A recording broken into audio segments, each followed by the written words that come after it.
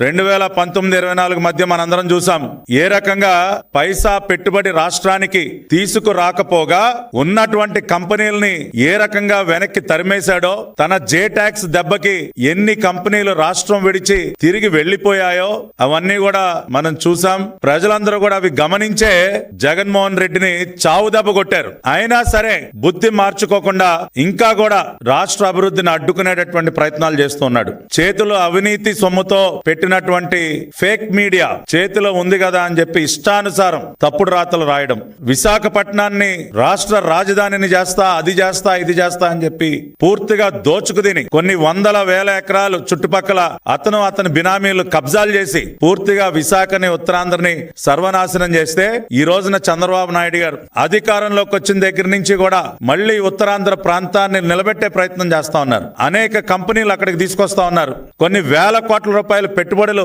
విశాఖ నగరానికి, ఉత్తరాంధ్రకి తీసుకొస్తా ఉంటే కడుపు మంట.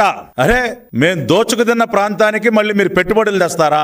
మేం జనాల్ని రోడ్డును పడేస్తే మళ్ళీ మీరు వాళ్ళలో ఆశలు చిగురింపజేస్తారా అని చెప్పి కక్ష.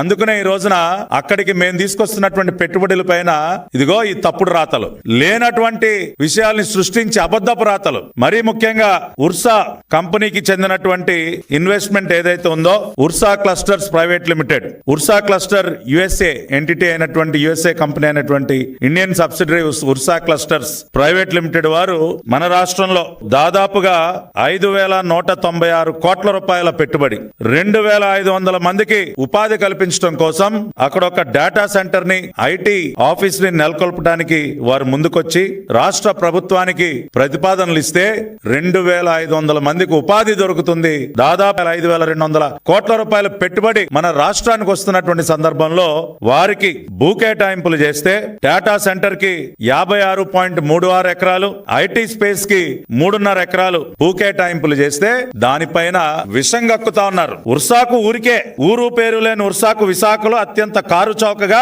ఎకరం 99 పైసలకే. ఎవడు చెప్పాడా మీకు?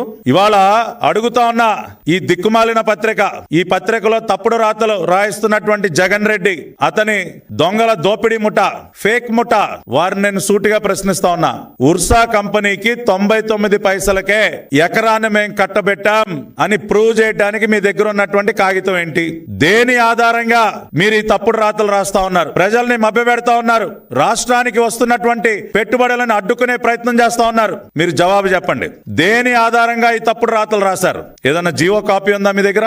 ఉర్సాకి 99 పైసలకే ఎకరం భూమి కేటాయిస్తున్నాం అని చెప్పడానికి మీ దగ్గర జీవో కాపీ ఉందా? ఉంటే బయట పెట్టండి. ఉంటే అది రాష్ట్ర ప్రజలందరికీ చూపించండి. ఎందుకు ఎటువంటి ఆధారాలు లేకుండా మీరు ఇటువంటి తప్పుడు రాతలు రాస్తా ఉన్నారో మీరు ఇవాళ జవాబు చెప్పాలి.